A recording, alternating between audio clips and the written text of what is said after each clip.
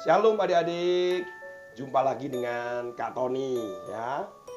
Kak Tony penggerak doa, dulu penggerak doa, sampai sekarang juga masih berdoa tapi. Nah, Kak Tony ada di Surabaya dan kalian sedang mengikuti acara yang luar biasa. Kalian adalah penggerak-penggerak, kalian yang akan menggerakkan anak-anak berdoa, teman-teman kalian berdoa. Juga kalian akan menjadi pendoa-pendoa. Nah, hari ini Kak Tony bersama dengan Terence ya. Mungkin kenalan dulu, Terence, kenalan siapa gitu. Nama saya Terence, saya kelas 6 mau naik. Masa kelas 6? Oh, udah SMP ya. Ya sudah SMP karena udah lulus ya. Ya. Lulusnya sudah belum? Belum. Jadi sekarang ini anak-anak kelas 6 itu adik-adik kita itu kelas 6 itu wisudanya online ya. Nah, terus umur berapa ini? Saya umur 12. Ya, oke. Nah, Terence ini anaknya Kak Tony ya. Ganteng ya, kayak bapaknya ya. Gendut ya. Jangan ngomong gendut loh. Gitu ya. Nah, oke. Hari ini Terence, Papi ini lagi mau ngomong bahwa anak-anak itu bisa dipakai untuk menjadi alatnya Tuhan. Firman Tuhan katakan jadi alat kebenaran gitu. Termasuk doa. Emang bisa anak-anak itu dipakai Tuhan dengan cara doa gitu? Loh, bisa. Anak-anak itu bahkan dilibatkan di dalam doa. Itu bisa. Tapi kan ditulis di firman-Nya itu alat kebenaran, kok nggak menyebutkan doa? Nah, alat kebenaran itu bisa apa saja, melayani dan sebagainya. Tapi juga termasuk di dalamnya berdoa. Nah, Terence, di dalam Alkitab kita itu ada banyak bukti-bukti sejarah, adik-adik. Ada banyak sejarah yang mencatat ya bahwa anak-anak itu terlibat. Jadi di dalam Alkitab itu sendiri dikatakan bahwa anak-anak itu dianggap itu artinya dilibatkan. Bahwa di dalam gerakan doa itu anak-anak itu termasuk di dalamnya. Kalau biasanya di sekolah minggu atau di gereja itu kan anak-anak disuruh di pinggir buat keramaian gitu kan, mengganggu. Ya. Kamu punya pengalaman nggak? Pernah dong. disuruh aduh kamu ganggu pergi gitu ya. Kadang disuruh tunggu di luar ya. Terus ada lagi nggak? Suruh diam. Terus Rame gitu. kadang kalau misal lagi mau ikut ibadahnya gitu, katanya ini tuh firmannya umum. Jadi anak-anak disuruh minggir dulu. Disuruh minggir, terusir. Aduh, Sakit. Nah, waktu itu begini, ada satu peristiwa ya, Terence, bahwa waktu Yesus masuk ke Yerusalem, anak-anak itu teriak-teriak, ya, "Woi, Hosana, Hosana," gitu, ya. Terus kemudian orang-orang yang ada di sekitar itu, terutama para orang-orang dewasa itu merasa bising itu apa namanya? Berisik lah. Wah, berisik. Akhirnya ngomong sama Tuhan Yesus, "Ini kok disuruh diam ini?" Sama, suruh diam ini pengerusak acara. Suruh minggir. Suruh minggir. Apa yang terjadi adik-adik? Tuhan berkata bahwa tidak tahukah kamu bahwa dari mulut anak-anak ini sejak menyusu bahwa anak-anak ini sudah diletakkan dasar puji-pujian, dasar pengetahuan. Itu ayatnya itu ada di dalam Mazmur pasal 8 ayat yang ketiga, bahwa sejak bayi, sejak anak menyusu itu ternyata Tuhan sudah memberikan kekuatan. Nah, jadi kalau Tuhan Yesus itu sendiri mengatakan bahwa anak-anak itu diberi kekuatan, artinya apa? Artinya anak-anak itu mampu, bisa. Tuhan sudah percayakan kepada kamu, Terence, kepada adik-adik. Artinya juga bahwa kalian itu sudah bisa menjadi alat kebenaran. Jadi apakah pertanyaannya tadi kan Terry bilang begini, Terence kan bilang begini, apa bisa anak-anak itu terlibat? Oh, bisa. Kenapa? Dasarnya buat Kak Tony adalah karena anak-anak itu sejak kecil, sejak bayi, nah, itu sudah diletakkan dasar kekuatan untuk membungkam. Nah, lawan. Jadi artinya punya kekuatan sendiri. Jadi kalau anak-anak berdoa itu istilahnya bahasa Inggrisnya powerful. Apa tuh? Powerful. Powerful itu artinya apa coba? Penuh dengan kekuatan. Penuh dengan kekuatan. Jadi kalau di gerejamu mengajak berdoa, ikut. Atau ada gerakan doa di dalam jaringan doa anak ini, ikut. Kenapa? Karena anak-anak itu mampu. Yang tadi tuh Mampu, powerful. Powerful ya. Nah, Kak Tony akan tunjukkan salah satu, bukan salah satu ini ya.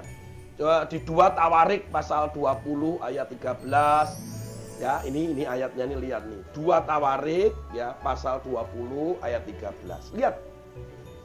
Di situ disebutkan bahwa anak-anak bisa apa? Bisa dilibatkan. Ini Kak Tony akan tunjukkan ya. Ini lihat nih. Di 2 Tawarik ya. Dengerin Terence bahwa anak-anak itu bisa. 2 Tawarik 20 ayat yang ke-13. Dikatakan begini, sementara itu seluruh Yehuda berdiri di hadapan Tuhan. Ngapain itu berdiri di hadapan Tuhan? Berdoa, betul. Juga segenap keluarga mereka dengan istri dan anak-anak. Artinya anak-anak juga ikut di dalam berdoa. Nah, kemudian juga di Esra. Esra dikatakan di Esra pasal 10 ayat yang pertama. Dikatakan begini. Sementara Esra berdoa dan mengaku dosa sambil menangis, dengan bersujud dia di depan rumah Allah, berhimpunlah kepadanya jemaah orang Israel yang sangat besar jumlahnya, laki-laki, perempuan, dan anak-anak lagi. Orang-orang itu menangis keras. Ini adalah doa pertobatan. Ternyata anak juga perlu bertobat. Juga ketika di Niniwe itu kan satu kota yang mau dihancurkan ya, dihancurkan oleh Tuhan karena perbuatan dosa mereka. Siapa coba yang ke Niniwe itu diminta untuk Yunus yang lari-lari itu ya, dimakan ikan besar. Jadi kamu lulus ya, bukan ikan paus ya, ikan besar. Nah, waktu rajanya tahu bahwa akan ada hukuman, maka rajanya minta semua bertobat, berkabung itu artinya bertobat ya. Nah, termasuk anak-anak. Anak-anak ini nggak tahu apa-apa, biasanya nggak bisa. Anak-anak itu diperhitungkan oleh Tuhan. Anak-anak itu berharga. Anak-anak mau dipakai sama seperti kamu. Nah, ini ayat yang terakhir nih di dalam Yoel ini ya. Maksudnya yang bukti ya. Coba Kak Tony sebelumnya banyak sekali ya. Yoel pasal 2 ayat yang ke-16.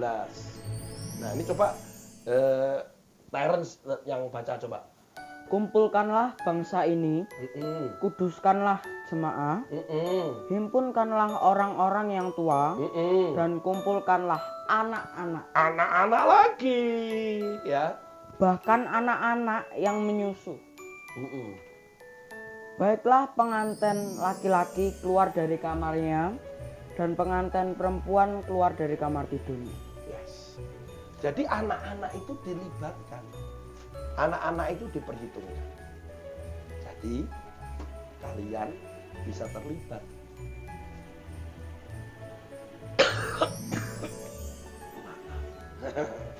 Bisa terlibat, bisa dipakai oleh Tuhan.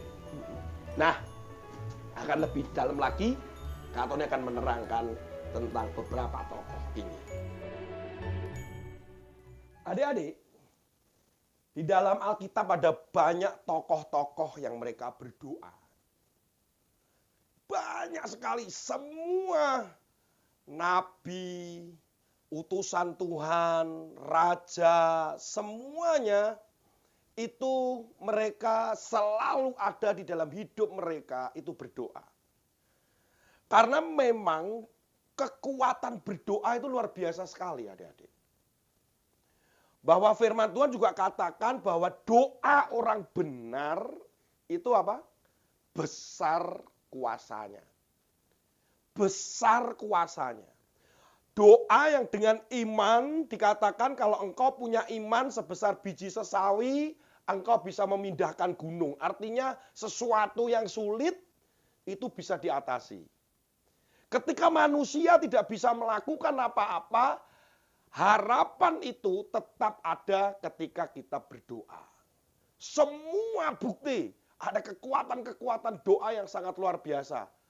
Bahkan Kak Tony sendiri pernah mendengarkan kesaksian-kesaksian kuasa doa itu. Dan Kak Tony sendiri mengalami kuasa doa itu.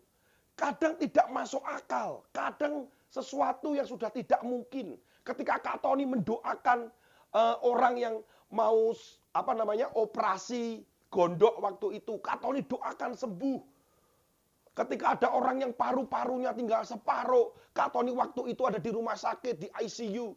Kak Tony doakan sembuh. Dokter sudah bilang mengangkat tangannya dan tidak bisa disembuhkan. Tetapi kuasa doa itu adik-adik luar biasa sekali. Kak Tony gak bisa bayar uang sekolah anaknya Kak Tony. Kak Tony berdoa, ada mujizat. Ada begitu banyak. Dan saya percaya kalian juga harus ngalamin itu.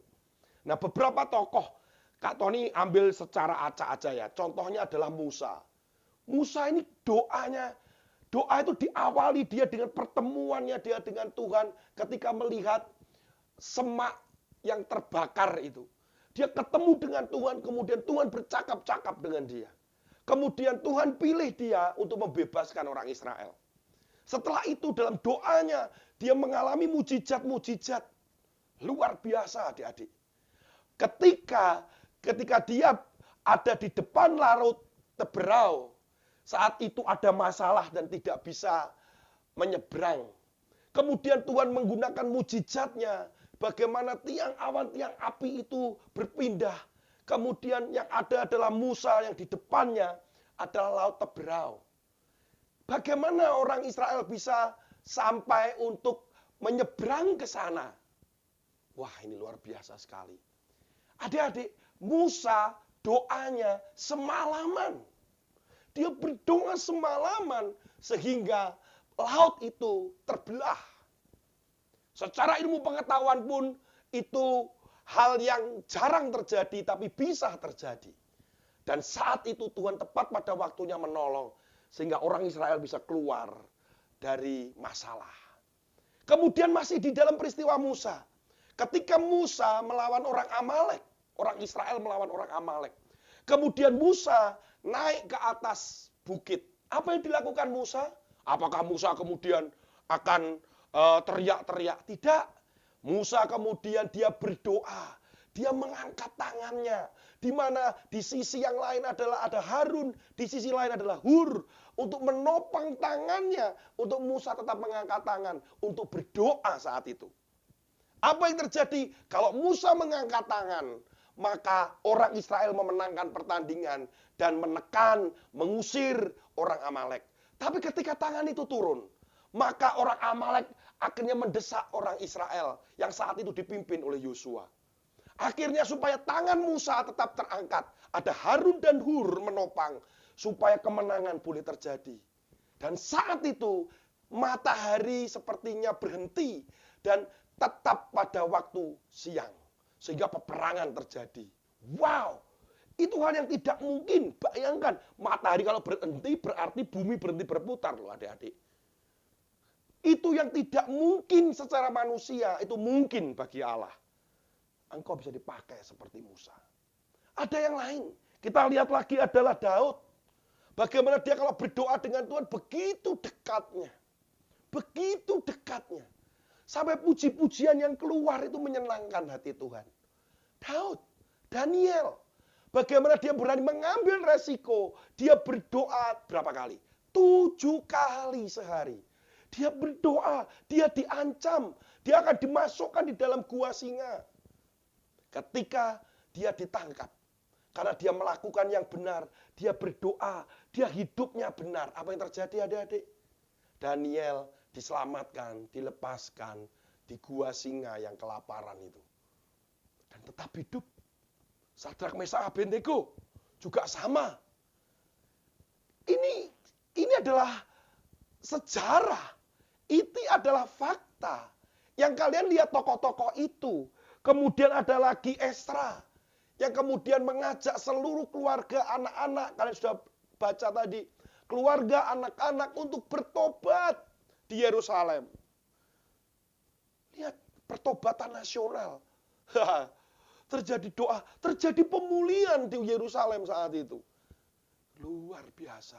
Di dunia ini ada gerakan doa 1 juta orang yang akhirnya menggerakkan masuk ke Indonesia tahun 1965. Kemudian terjadi sebuah aliran gerakan doa yang luar biasa saat itu.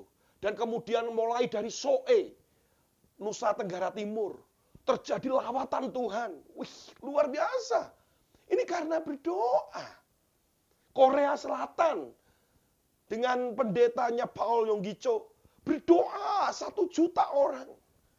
Gerakan doa ini bukan main-main. Bukan main-main.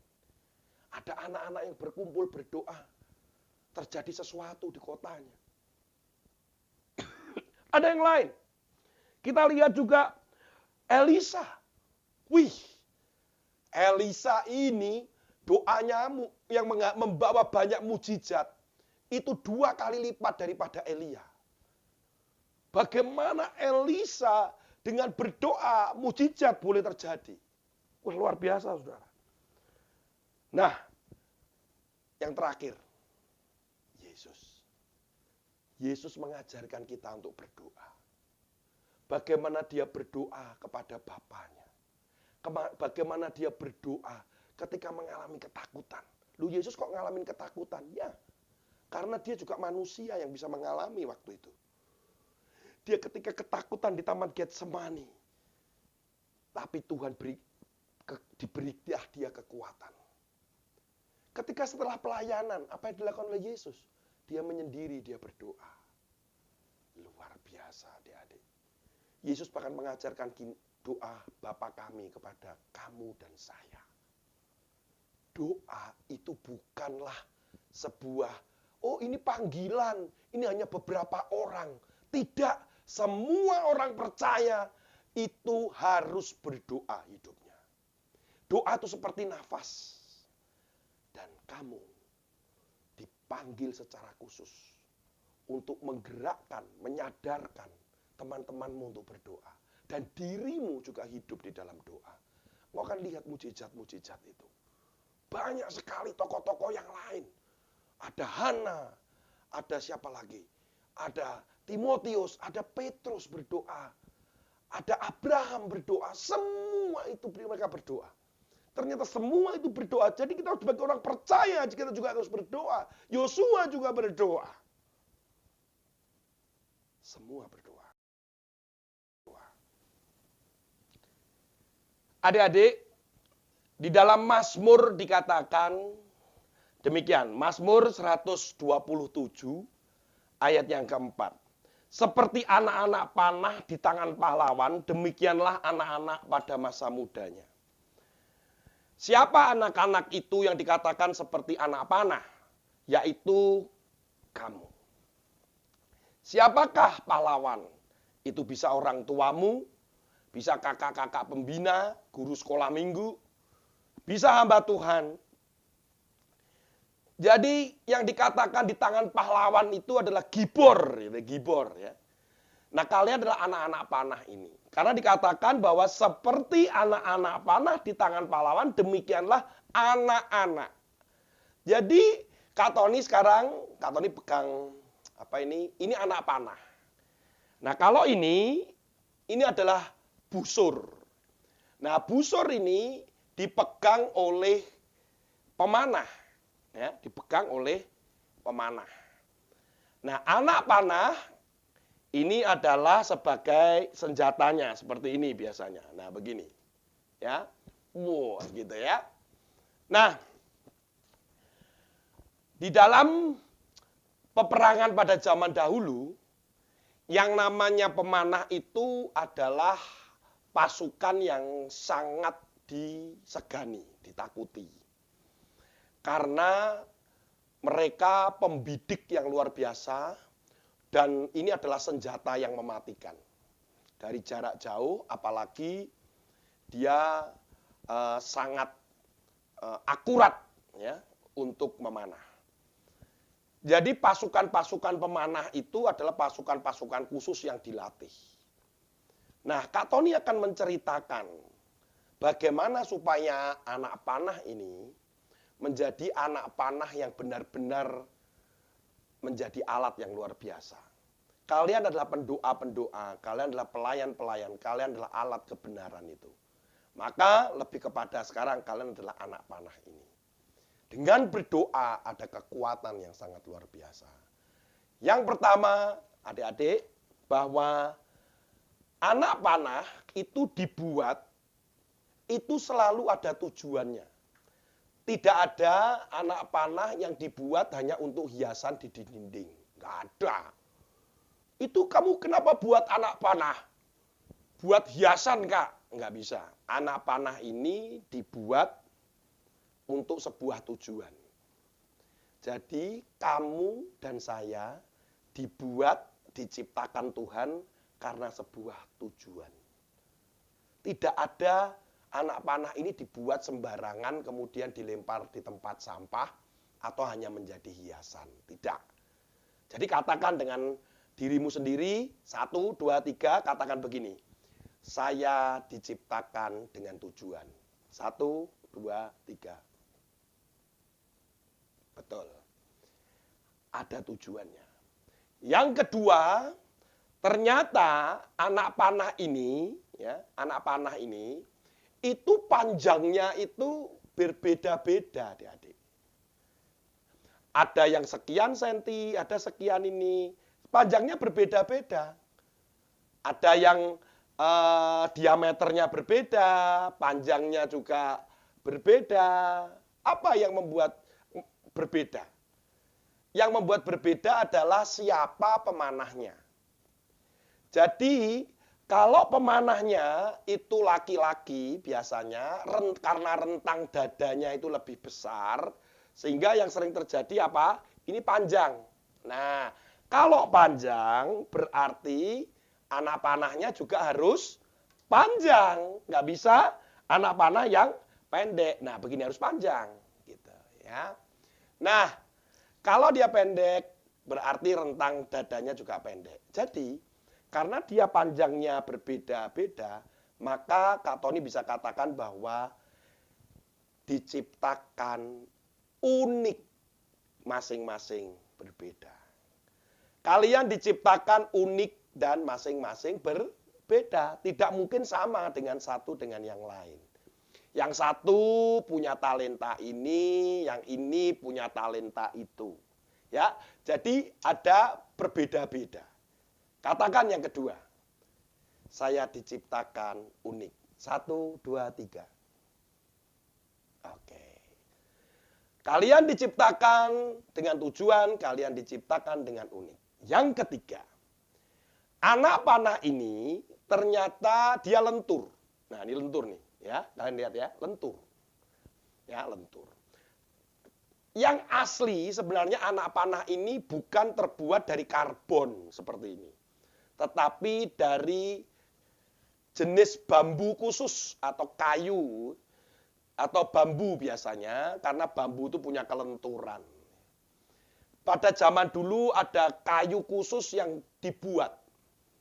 Nah, lenturnya ini, ya ini lentur, ya. Jadi anak panah itu sebenarnya kalau di slow motion waktu dia lepas dari tali busur, sebenarnya dia sedikit begini, bengkong begini adik-adik.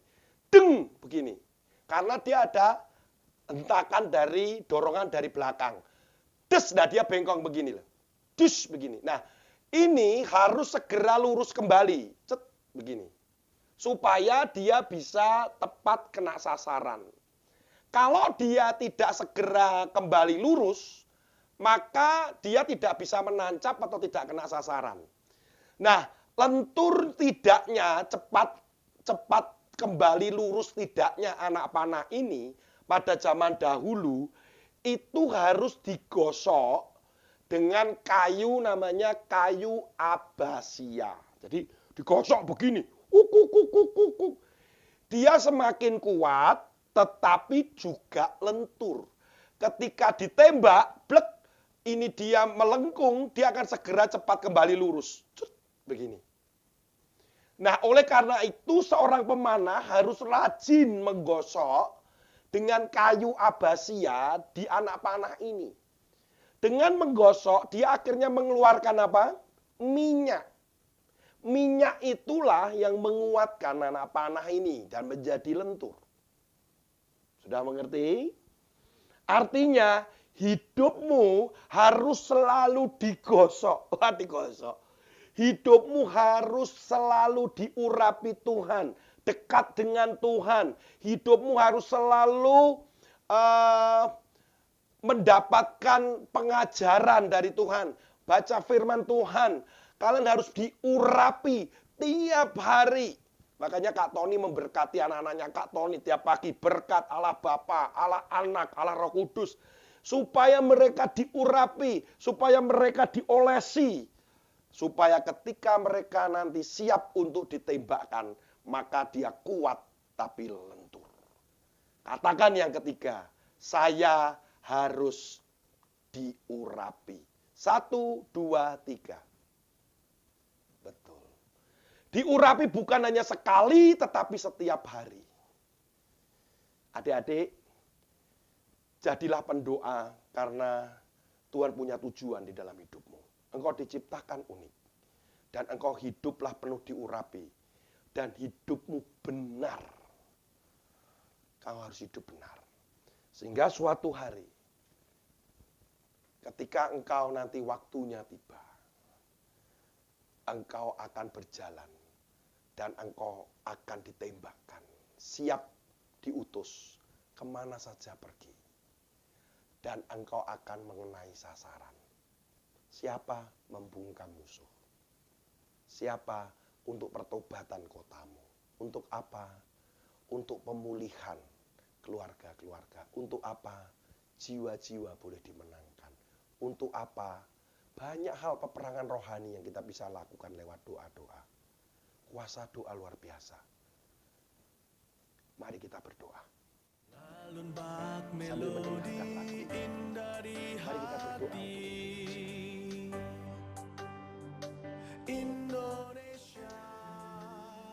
Bapa di sorga, hamba-Mu bersyukur karena bertemu dengan anak-anak yang luar biasa. Yang mereka adalah alat-alat kebenaran. Mereka sudah Engkau tetapkan dan Engkau berikan kekuatan, puji-pujian. Sejak mereka menyusu, sejak anak-anak. Bahkan Engkau merajut mereka sejak di dalam kandungan ibu mereka. Punya rencana yang besar Engkau terhadap mereka hari-hari ini. Karena mereka hidup benar, maka alat itu benar-benar menjadi alat kebenaran yang ampuh, dahsyat dan mujizat yang luar biasa sekali.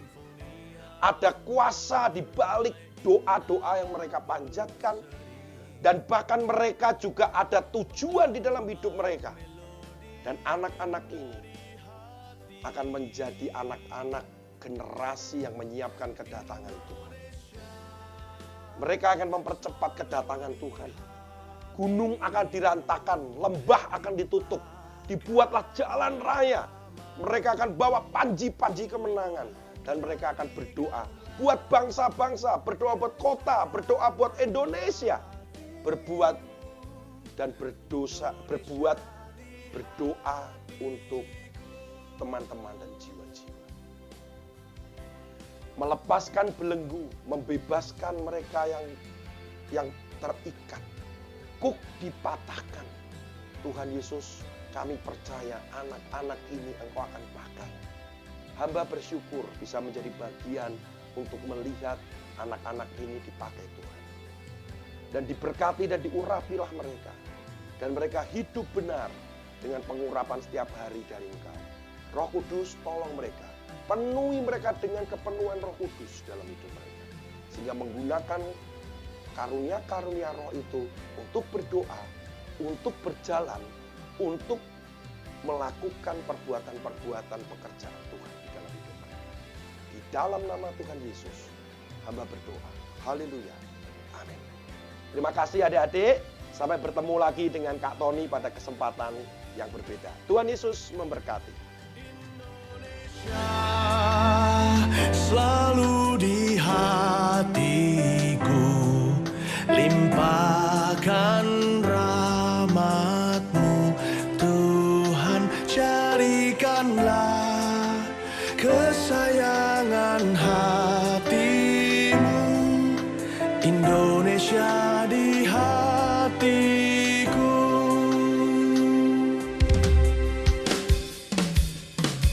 In